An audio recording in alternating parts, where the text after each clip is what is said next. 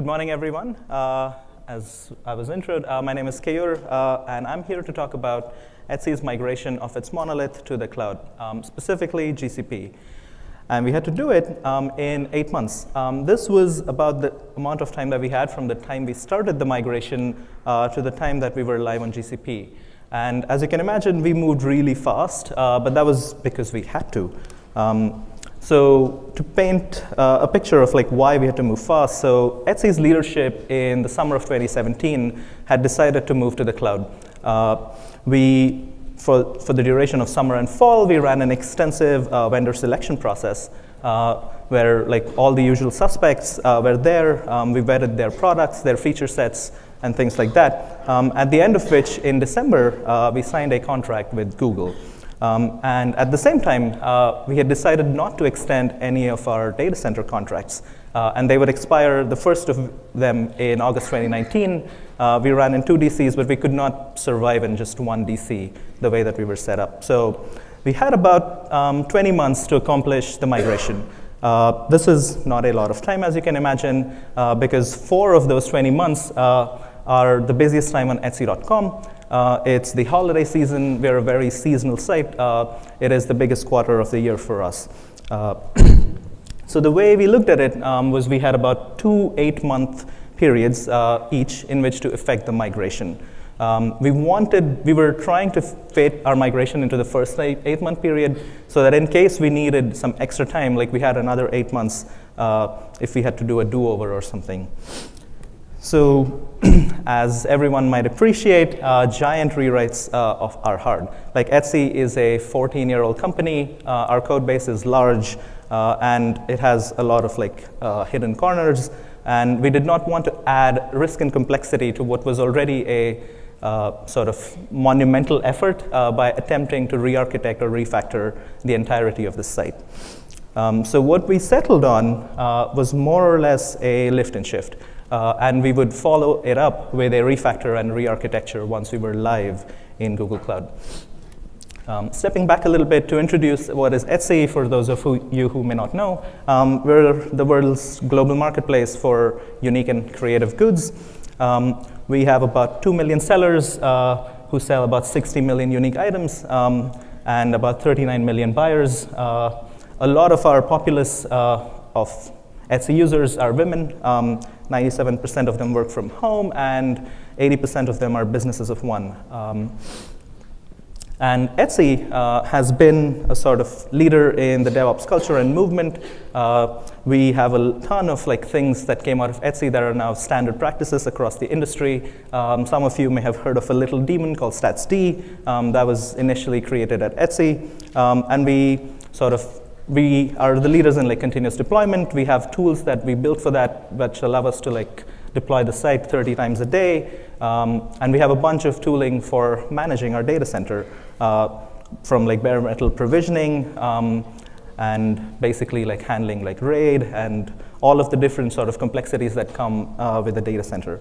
And in terms of our monolith, we also have a bunch of internal tools that we've written, an MVC framework, an ARM framework, a database failover management tool, etc. So what I was getting at with all of the homegrown tools is there is a lot of complexity that has added up over the years into the site. But on the plus side, we are relatively straightforward in terms of our architecture. We are a LAMP stack, which makes it a little more of a tractable problem. We don't have thousands of microservices that we manage that might make it harder for us to track dependencies and things like that. But as with any old code base, there is technical debt. We have our data that is sort of on the left over here. It's a monolithic sharded database. I say monolithic because they're all set up the same way, but we tend to think of them as a giant pool of DBs that acts as one database. And on the right is a set of caching tiers that we rely on heavily as well in order to make our site performant, all of which is glued together with a bunch of old, sometimes tangled code. To paint the LAMP picture a little bit in greater detail, it's a set of load balancers, some web servers, some more load balancers, some more PHP running web servers, ending up in a database. The tree is not as short as I'm showing it here, but it is still a very sort of tractable number of hops. It's not hundreds or thousands of them. So as many of you know, like PHP is a single-threaded language. In late 2013, we realized as we were making a transition to a mobile-first company that we could not scale and generate views for our mobile apps in the manner that we had always historically done. So a team at Etsy set out to create a sort of coroutine multi-process framework to handle parallel data fetches and basically speed up the way that we could do app development for our mobile apps. The way we did it was to use curl multi. For like a quick TLDR is like curl multi is the way that you can spin off multiple curl requests within a same process and track them all, do interesting things with the response. So the way it manifests these days, like we've adopted that in order to develop the entire site. So if you take the Etsy.com homepage and consider that there are 4 modules on the homepage, then every single, like favorites, favorite shops, friends activity, and from the blog, every one of those is an individual HTTP request that was fired off by the parent homepage request. And subsequently, every one of those modules also fired off a bunch of HTTP requests to actually pull the data from the database. What this meant is like it allowed us to scale and scale the site really easily because every single piece here is really straightforward. It models well. We were able to do capacity planning well. And we were also able to do code reuse. So every single API endpoint is composable. You can pick and choose the sorts of data that you need in order to generate the page that you need. So it was a really powerful development tool for all of our engineers. And as I said before, like we were data center focused. We used to follow this sort of rough procedure, budget like a year out, order 3 to 6 months in, receive them, rack and stack them, and then do a bunch of setup to make them ready to serve traffic. But we had made the decision to move to the cloud. So what that meant was like we had to figure out how on earth do we migrate something that is old, a little bit janky in places, to this like new cloud shiny infrastructure. So in terms of timeline, we signed the contract with Google in December. We had Thanksgiving, our holiday season coming up roughly like 9 months later. So we backed out from that date a little bit in order to give us some time to be able to make adjustments to like cutover deadline of August, roughly mid-August. So Google, the reason that we chose Google was like we felt we had good cultural alignment with them, and Etsy is currently heavily investing in machine learning and data science, and Google has offered to work with us on that, and they have a really good platform to do things in that area.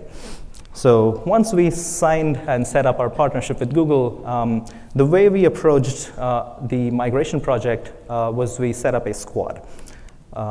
So at Etsy, we have a systems engineering org that is basically running all of our infrastructure. It is all of these teams. You can probably imagine what every single one of them does. Like compute does fleet management, observability does monitoring systems, storage databases, and so on and so forth. And each of these teams had their own roadmaps, had their own on-call responsibilities, and they had to keep the lights on in the data center. And we didn't want a migration project to sort of trample over everyone's priorities. So the way we set it up was we pulled one or more engineers from every single team into a dedicated migration squad. All of their other responsibilities were taken away so that they were not constantly getting pulled away from working on this project, and that allowed them to focus on getting this work done. So in the cloud, like we had to learn a bunch of new tools. As I had said before, a lot of the tools at Etsy were homegrown, and one of the key things that we were hoping to get out of the cloud migration was to start using more open source tools. Like the industry had moved on from when like Etsy was in the DC, like cloud was not even a thing when Etsy was originally stood up, and now like 14 years later, like cloud was really important. There was a lot of tooling out there that we were unable to leverage, that we were really excited to leverage. And we set up a few ground rules for the migration squad. So no large architectural changes, don't want to introduce complexity and risk to what is already a risky project. Migrate the fewest systems needed in order to get up and running in the cloud, and at the same time stay compliant. Like, we're a public company, we could not afford to relax the constraints in that space. So things we learned somewhat really quickly as we started spinning up infrastructure. Infrastructure as code, specifically, like what we used was Terraform, was like we had to get comfortable with the intricacies of it. Just to pick on like a couple of random examples, if you modify the description of an internal load balancer in the Terraform DSL, it would destroy and recreate the load balancer, necessarily causing an outage. These were like subtle gotchas that we sort of had to learn along the way. Another example of like decisions that we did not have to make in the past, but now did, was like how do you do code reuse in an infrastructure as code setup? Terraform has modules, but modules create dependencies, and sometimes you want dependencies, and other times you just want isolation. So like, what is the right balance to strike between using modules versus just copy-pasting some code and duplicating the logic? The other thing was dependency tracking from a project management perspective was really difficult for a project of this magnitude. We had a lot of product teams that were doing really important things for the business, while the squad on the side was setting us up for migration. And we had to make sure that all of the deadlines and dates for product launches and our migration did not intersect, that there were no new dependencies being added to the system, or if there were, that we were aware of them, things that we would now need to migrate over. So we had to learn really quickly on like how do we do technical project management at Etsy. And last but not least, performance. It was a wild card. In the data center, we had hyper-optimized all of our workloads.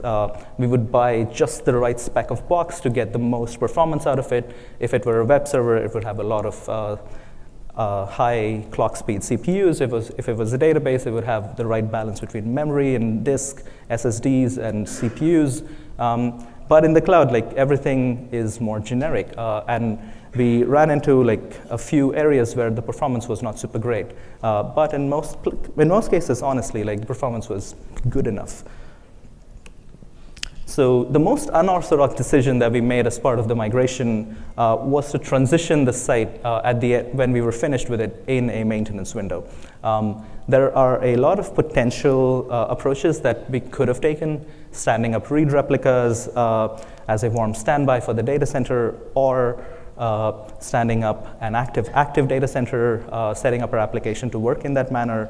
But either of those would have taken a significant re-engineering effort. Our application was built to live in one DC, and it had baked in a lot of assumptions about how that environment worked, and breaking any of those we did not feel was worth the risk.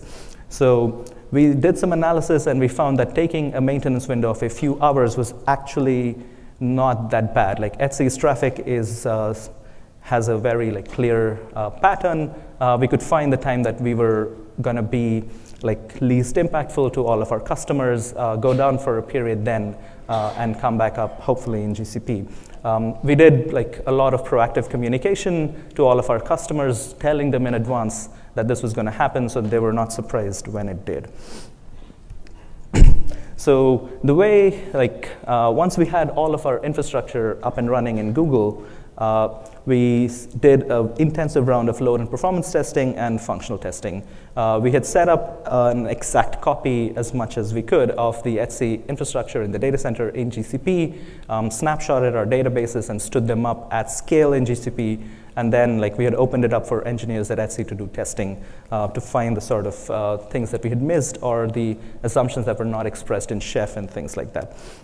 We also stood up a bunch of bots to hit this infrastructure with a lot of traffic to identify like where the bottlenecks might be, or where are the areas that we need to focus on. So as an example, we had some projected RPS that we knew we would experience in the holiday season. We simulated load that was at least 2x that in order to like gain confidence that the infrastructure would be able to sustain the holiday peak for us. And the other thing that we learned quickly was like CPU architecture still matters in the cloud. Not a huge surprise, but the default CPU in GCP is a Sandy Bridge, and for our application, like using Skylakes or Haswells was just like so much better.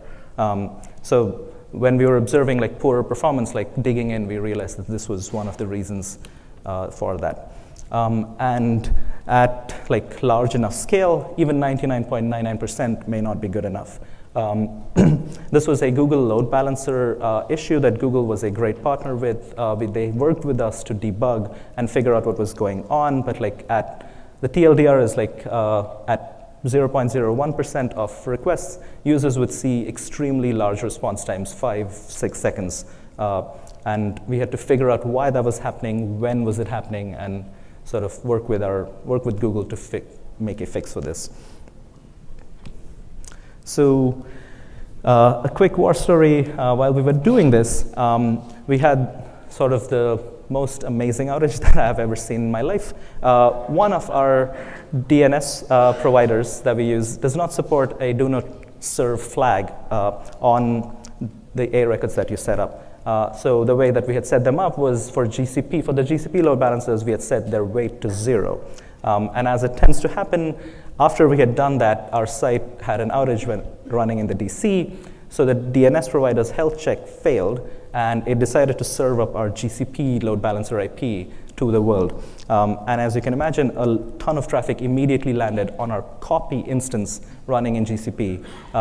Luckily for us, it fell over immediately because it was not scaled to handle that level of load, saving us from a massive difficult split brain issue.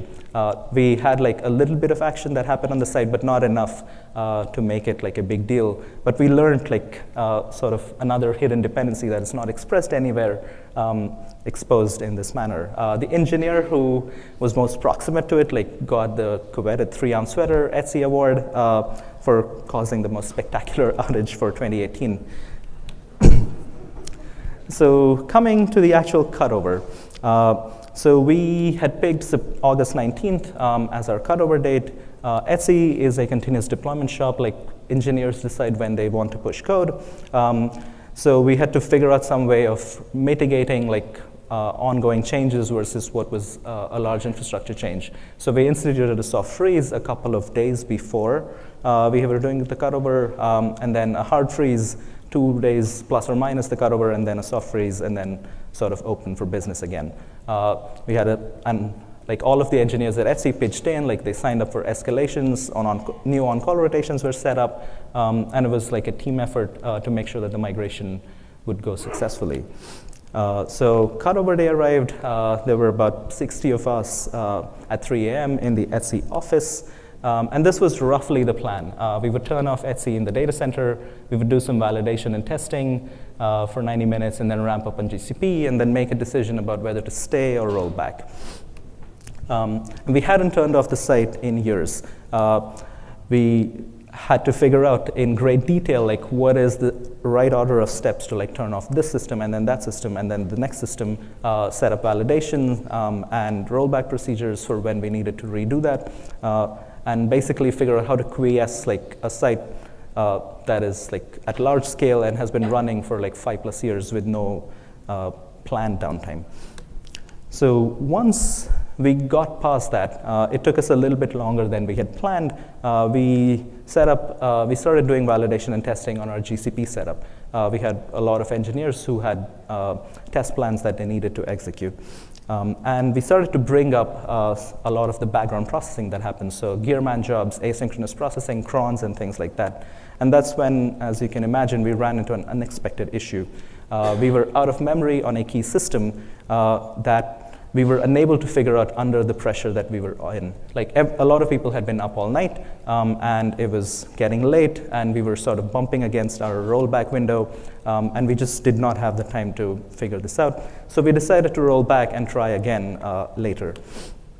So we did an attempt 2 after fixing a bunch of issues that we had observed in attempt 1, and we felt confident that we were ready to try it again because otherwise the downside was we would have to wait 4+ months for January before we could do any more of this work.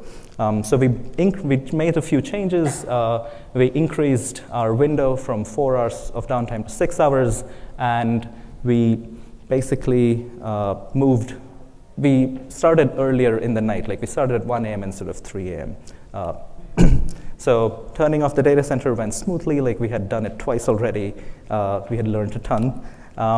And the key thing was setting aside more time was actually paid off. We again ran into unforeseen issues that only happen in prod. As an example, like we had dependencies between LDAP and NSLCD, which LDAP was running in the data center. The latency was large enough that sudo was not happening at a rate that was able to keep up with the way that we were spinning up our crons. And our crons started falling behind, so more threads. Another example was too many threads. We run bind as our internal DNS service, and bind was running on a box with 60+ cores, and bind had a lot of contentions of failed DNS lookups, which meant that the application was breaking in every which way. Someone figured out that there was contention happening, lowered the number of threads, and it was fine, and we were able to move past. So about 6 hours in, we were live on GCP. User traffic was flowing in, transactions were processing, emails were being sent out, the whole 9 yards. And site performance was actually fine. Like, it was within our expectations. Like, the 2 blank spots in the middle are our 2 cutover attempts, and all the way to the right is GCP perf. As you can see, it's a little bit worse, but it was within our expectations. It was within the boundaries that we had set for ourselves. So about a week later, we basically had to come up with a go, no-go criteria. Like, we had set out a set of key metrics that we were going to watch for 1 week to figure out whether GCP, like, we want to stay on GCP for the duration of the year or roll back and try again later. The key metrics were things that you would expect, like performance, impact on GMS, and operability. We didn't want people to be getting burnt out, getting paged all the time if the infrastructure was not stable enough. And what we found was it was actually quite all right. Like, we had done a bunch of prep work that had paid off, and the number of pages, the operability, the performance was all within expected bounds that we had set for ourselves. So we decided to stay. We basically entered a tuning period. Like, we had never run the site on GCP at scale, and synthetic testing can only get you so far. Nothing mimics real production load. So examples of some tuning opportunities that we found, syscall performance in any virtualized environment is worse than bare metal. We identified some opportunities to smooth out and make fewer of them that led to like a pretty decent win on perf. We also identified a MySQL mutex contention issue. There is a fix that is right now in beta from Oracle in 8.0 that will fix this, but Skylake CPUs and MySQL don't play well together. And we found this again in production. And network performance was a surprise, not that surprising, but what caught us off guard was that it would manifest differently than it would manifest in the data center. So Google's network is entirely software defined, and at the extreme tail end of the latencies, we observed like unpredictable performance, like really huge spikes. Again, like Google worked with us to figure this out. They've fixed a bunch of things that we have found, and they've been really good at helping us resolve these issues. We also did a bunch of tuning on our own end to sort of protect against these sorts of things. So here is basically the full timeline, like started in January, and by August, we were up and running in GCP. So we've been live for about 7 months, and like I'll share some quick observations from running there. Live migrations are great. In GCP, like Google does something magical where they will make sure that your VM that's running will be migrated off of a host if it's having issues or needs to go down for an upgrade without any user visible downtime. It's about 10 or so milliseconds of a slight like latency blip, but otherwise it's completely unnoticeable. So this works really great. And another observation is infinite capacity is not really a thing. At large enough scale, like the cloud providers have to be given heads up when you're trying to do something crazy. They even though like the promise of the cloud is that you can scale as much as you want without needing to like work with anyone, that is not true. You still need to work with your cloud provider to make sure that you have what you need when you need it. And specifically on the way that GCP works, long-lived flows were something that we observed were problematic in the sense that they were surprising. In the data center, you could have a flow that lived for a day or longer because we were using persistent connections, and it didn't matter. But in GCP, we had to figure out how to adjust some of these parameters so that it was less noisy from an infrastructure perspective. So some upcoming challenges. We have been live in Google for 7 months, but we need to situate better in the cloud. As I said before, we prioritized a lift and shift, and we're now in the phase that we're looking at re-architecting and refactoring our application. So we have a bunch of technical debt to pay down. We want to start using cloud services more and more rather than running our own. And we also want to get better at managing and tracking costs. On the organizational front, we're looking into adopting SRE as a thing for our systems engineering org to also sort of fit better with how we, like the way that the site is set up now. So we're hiring. If you're interested, please come find me in the hallway. I'm happy to talk about the company, the culture, and the work that we do at Etsy. And with that, thank you.